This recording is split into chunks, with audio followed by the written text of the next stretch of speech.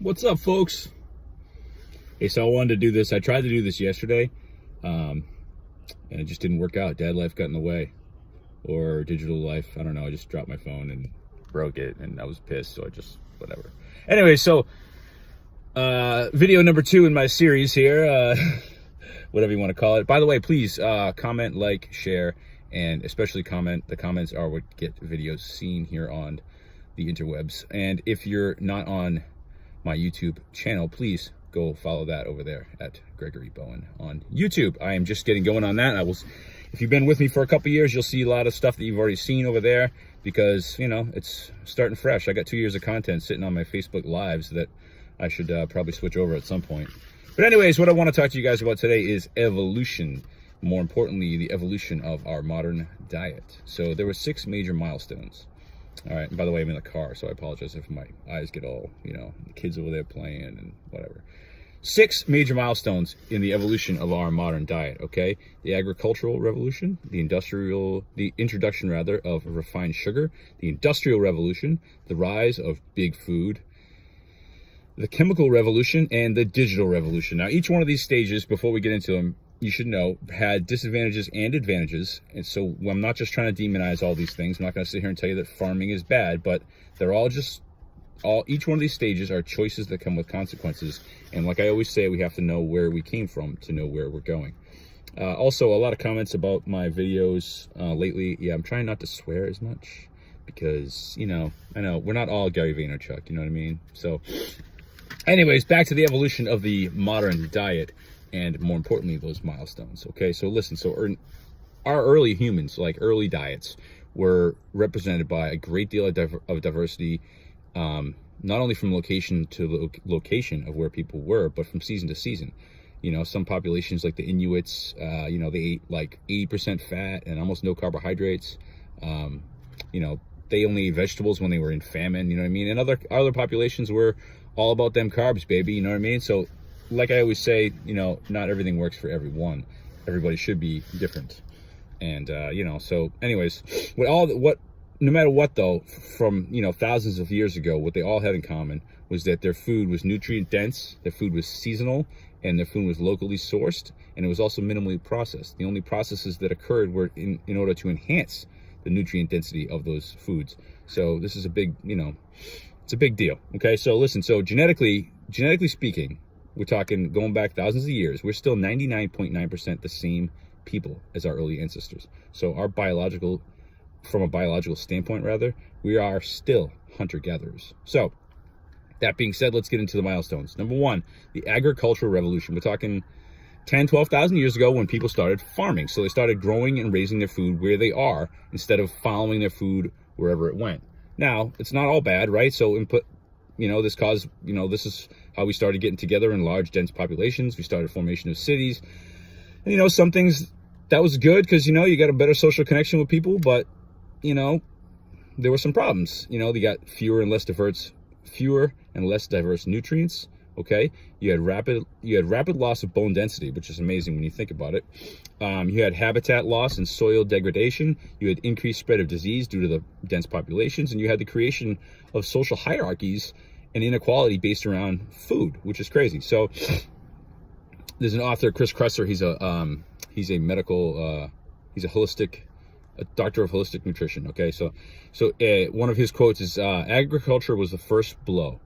Hunter-gatherers were virtually guaranteed a healthy diet because of the diversity and nutrient density of the foods they ate. But once we started farming, there was a major shift in our diets. Carbohydrate intake shot up while the quality protein intake fell. Okay, so these people started to experience tooth decay, anemia, decreased bone density. Agriculture isn't necessarily bad. It's just a choice that comes with consequences, like I said. So there's that one. Number 2, introduction of refined sugar. Now, this is going to become of no shock to anybody. The introduction of refined sugar was a bad thing. So in the 1600s, this was considered a luxury, basically only enjoyed by wealthy people, okay? We're talking only 400 years ago when sugar was introduced, okay? But as production became cheaper, it began to be consumed by more and more of the population. I mean, we're talking in just a few hundred years, it went from a couple pounds per year per person. Now we're talking about 400 years later, 200 pounds. per person of refined sugar, okay?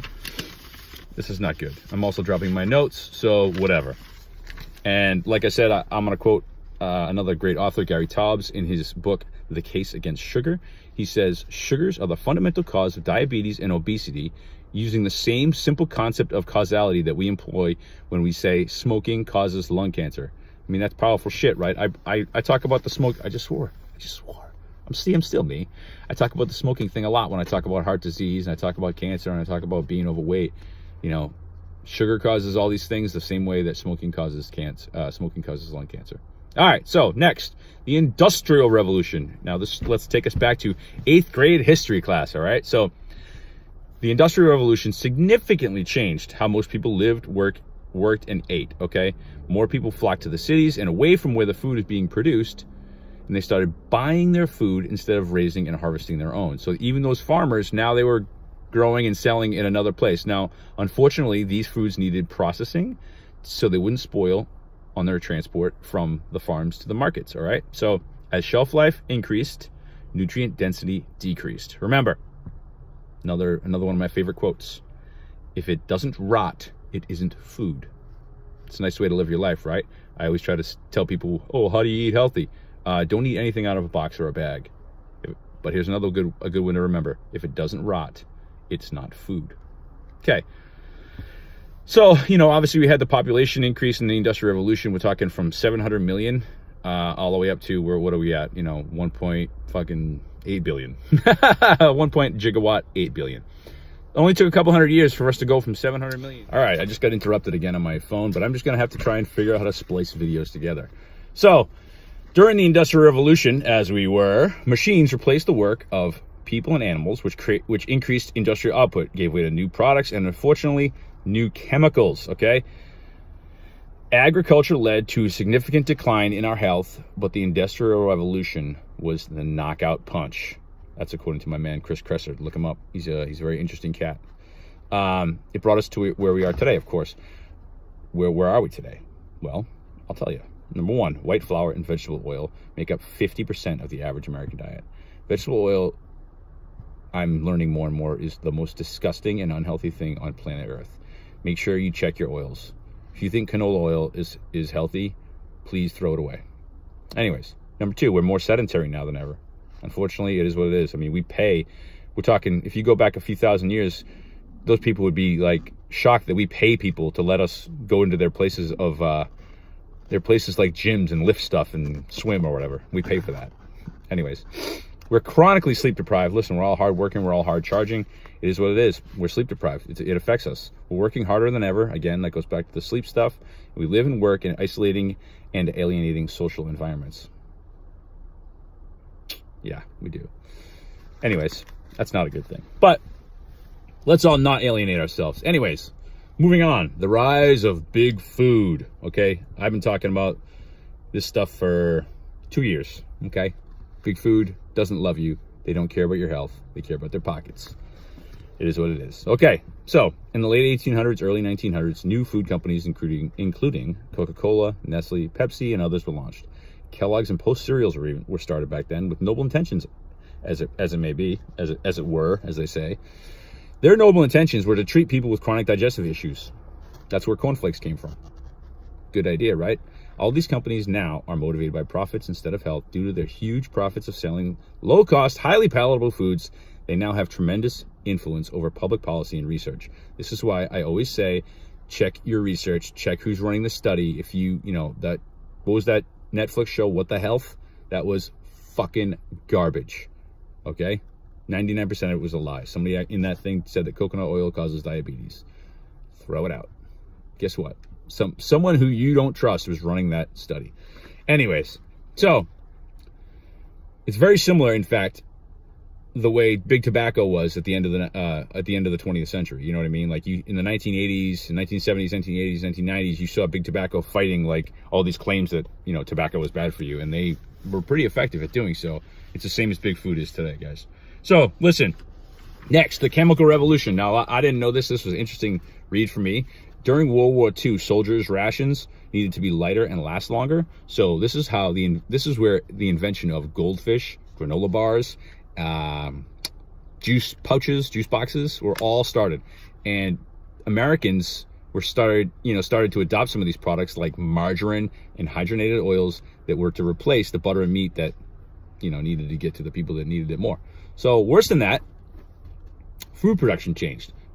Many chemicals, listen to this, chemicals that were used in bombs and explosives during the war, when they came home, became fertilizers and pesticides. Think about that for a second. It was bombs. I mean, you think about, the old joke, like a gallon of diesel and some lawn fertilizer to make a bomb. It's true shit. You're eating fucking bombs. Anyways, so the result of this was food that's cheap, food that's abundant, food that's highly processed, food that's non-perishable, food that's covered in fertilizers, herbicides, and pesticides. These foods, of course, satisfy our taste buds, but leave your body hungry for nutrients. Okay? Now, lastly, but not leastly, the digital revolution. Now, we're all living in the digital revolution now, right? So, and a lot of this stuff in the digital revolution, we don't even know about. Okay? We don't even know how it's going to affect us in the future. But what we have to understand is that it is in some way. All right? So we have rapid transition. We have the rapid transition and from mechanical and analog technology to digital electronics, computing and communication. We don't know what the full effect is, but we know that it will significantly affect the way we eat, move, sleep, work, and live. Think about the way your life is now and where it was 20 years ago. People my age, between 30 and 40, or even older, we're seeing a revolution of amazing proportion here. And it's scary as hell, but it's happening, and we need to figure out a way to either A, stop it, or mitigate its disastrous, possibly, effects on our kids. So listen, as we consume more and more digital media, our quality of physical activity and outdoor leisure continues to fall. Regular, diverse movement is a requirement for a healthy mitochondria and balanced gut flora. Think about that for a second. If you don't move and exercise a little bit, you're injuring your body at a cellular level, like deep down where it all counts, where it all fucking comes together. And also inside your gut, which is, they call the gut the second brain now, right? So get on it, man. Movement also helps us support our immune system and natural detoxification pathways. Even worse, digital media has adversely affected our posture, which I talk about all the time with my kids. You got this slumping. Watch your kids. Watch yourself someday. While you're slumping and looking at your iPhone or your Android, nobody has that. Your neck starts to hurt, right? It's affecting your posture. It's affecting our kids' posture, and they don't know any better. They're just staring at this thing. I've been telling my son lately that I wish he would just watch his damn TV because it's way better than his phone. He doesn't have a phone, but his iPad. So, when you think about posture combined with movement has a significant impact on our digestive system. So we can't even digest our food correctly because our posture's fucked up because I'm staring at the iPad. Guys, it's all connected. It's holistic, all right? And that's not even to mention the blue light, you know what I mean, which destroys your sleep. I've been wearing blue light blocking glasses, those orange ones that you saw me in my last video, every day after like 2 o'clock, or if I'm in front of the computer for a long time. I just switch to my blue glasses, leave them on, and I've been sleeping so much better. It's not even funny, guys.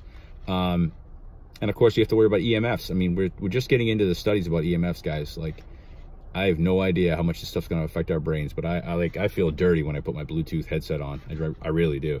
I don't know how it's going to affect me later, but I know it's going to affect me at some point. So listen, we are living a less healthy life now than we ever have in our life, and the way back to where we need to be starts with eating, moving, and living in ways that honor our hunter-gatherer genes that we've inherited. Okay? Let's get on it. Let's honor our heritage.